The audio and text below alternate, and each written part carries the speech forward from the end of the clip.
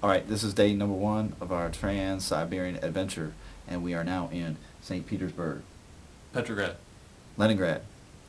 And it has already been a huge roller coaster ride just trying to get here.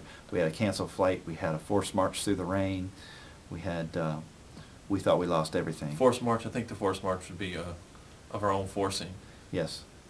And we came face to face with the Cyrillic alphabet, which we did not practice for. We're a bunch of idiots. We have maps that were all in Latin alphabet, but of course all the signs on the walls and everything like that are in Cyrillic. And you really just can't match them up, even though the map's the same. The Mm-mm. streets are not terribly well marked here, so maybe that shouldn't be a big shocker, but even the main thoroughfares don't seem to be very well marked, so that adds to the stress. So Here we figured that all the maps in our tour books and everything like that would actually be helpful, but because almost not a single one of them has it in Cerillic, that kind of left us hanging. So we got fairly lost, but we finally found our homestay, right? Absolutely, we found it. We were, even though we were pretty low, I think there was a low point as we thought we weren't going to find it because it was raining, carrying all of our gear.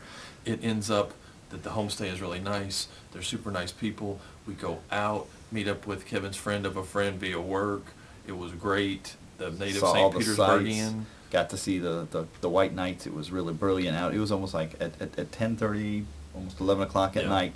It was almost like maybe 6:30 back at home. Absolutely. So anyway, here's the deal.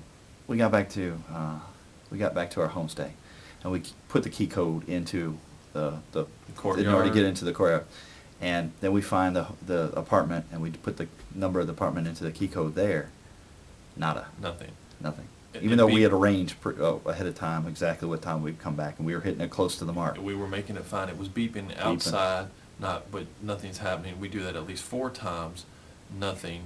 We realized the phone number we have looks like an old leftover silo launch code, which can't really be good either. 27 digits or something. It I was don't know. something like We tried that. to get some help from somebody, but they looked at this and was like, the phone number's too long. I said, what? So know it's they too wouldn't long, even but try it. It was kind of yeah. awkward, but our Russian is non-existent.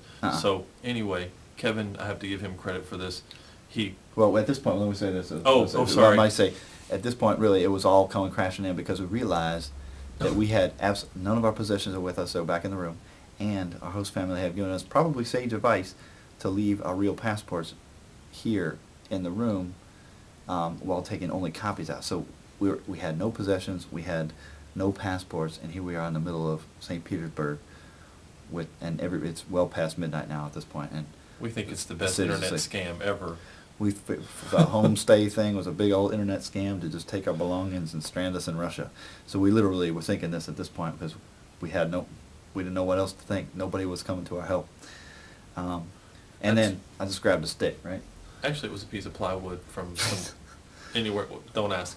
Reached way up and knocked on the window, and lights came on. Somebody let us in, and they were all up and anything. We didn't wake anyone up or anything. It So came the in. door, the buzzer was not buzzing in the house, even though it was buzzing fairly loudly in the courtyard, which was making us uncomfortable as well, I think. Yeah, so we felt like we had conquered St. Petersburg, then immediately St. Petersburg conquered us, and then it turned back around again where everything was cool, and they're really, really hospitable here. And so we're back on an even keel. We're doing really well, and they even wanted to know what time they wanted our breakfast made. It's wonderful. They're What are you really gonna treating do? us well. But it's only going to be borscht. So stay tuned for day 2, because it's only going to get worse, and then better, and then worse, and then better, and then worse, and then better. We love you all. Bye-bye. From Russia with love.